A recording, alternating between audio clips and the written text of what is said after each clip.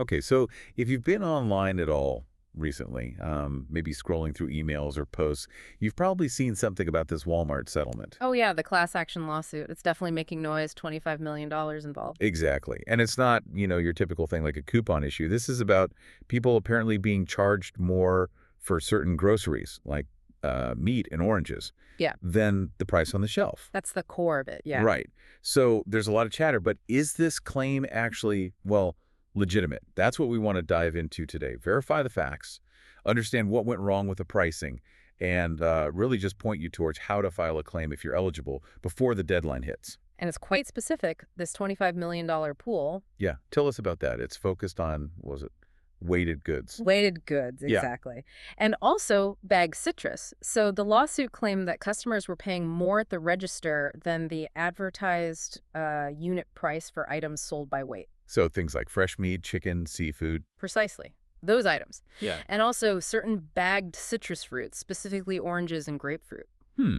So the idea is maybe the scales were off, or the price per pound listed wasn't what got charged. It points to something systemic, potentially. Scale calibration, maybe issues in how prepackaged items were weighed versus labeled, suggesting an overcharge across potentially millions of transactions over several years. Wow. Okay.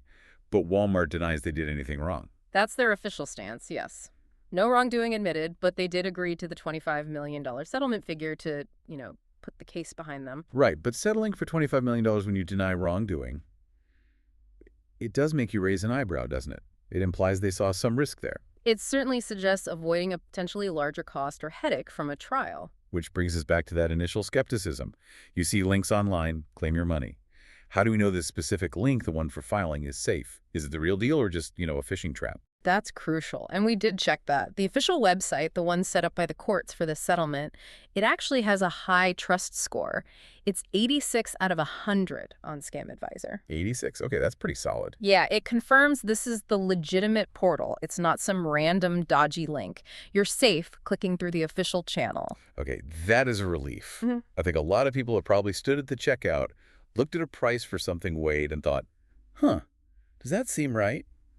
This kind of validates that little suspicion. It does seem to resonate with that common experience. So, who exactly can get a piece of this $25 million? Who qualifies? All right, eligibility is pretty clear. You need to have bought these specific weighted goods, the meat, poultry, seafood, or the bagged citrus we mentioned. Oranges and grapefruit, Right. And the key is you had to buy them in person at a Walmart store. not online. No, this is specifically for in-store purchases in the U.S. or Puerto Rico. Okay, got it. And there's a specific time frame too, right? Yes, a pretty long window, actually, between October 19th, 2018 and January 19th, 2024. If you bought those items in-store during that period, you could be eligible. October 2018 to January 2024. Yeah. Okay. Now the part that sounds almost too easy, the payout. I heard you might not even need receipts. Yeah. Up to $25 with no proof. How does that work legally? It sounds generous, but it's likely about efficiency. Imagine trying to verify tiny discrepancies on millions of grocery receipts from years ago. It's just not practical. Yeah, impossible. So they set up two paths. Option one, if you don't have receipts or proof, you can file a claim for potentially up to $25. You just have to state, under penalty of perjury, that you did buy those types of items during the eligible dates. Just state it. Okay. And option two. Option two is if you do have proof. Receipts, maybe credit card statements showing the specific items. With proof, you could potentially claim more, up to $500. It depends on how much you actually spent and can document. Up to $500 is quite a jump. But that requires digging up old receipts. It does. More work, potentially higher payout.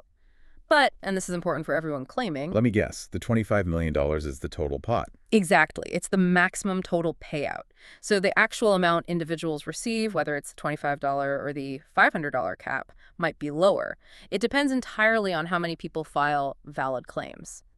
If tons of people file, the individual amounts could get scaled down proportionally. Right, okay, so manage expectations. It might not be the full $25 or $500, Yeah. but still, it's worth filing. Which brings us to the deadline. When do people need to do this by? This is the really critical part. June 5th, 2024. That's the absolute final day to submit your claim online. June 5th. Okay, not that far away. And is the process complicated? No, actually, reports are, it's pretty quick. Just a few minutes on that official settlement website we confirmed is legitimate. Good. So bottom line for you listening, Hmm. this is real, it's verified. And if you shopped at Walmart for groceries like meat or oranges in the last few years, you might be able to get a little money back. It takes just a few minutes before June 5th. Definitely seems worth the few minutes it takes. And, thinking bigger picture for a second, Yeah. this whole settlement, it really shines a light on something we probably take for granted, the accuracy of weights and measures in pricing, especially for commodities. How often do we actually double check if the weight we pay for matches the advertised weight or price per unit? Almost never, I guess. You just trust the label or the scale at the checkout. Exactly. And it makes you wonder, right? What other small, maybe systemic discrepancies might be happening every day with our regular grocery shopping that just sort of fly under the radar? It's definitely food for thought. It really is. Okay. A good reminder to maybe pay a little closer attention next time you're buying something by the pound. Thanks for breaking that down. Happy to help clarify it.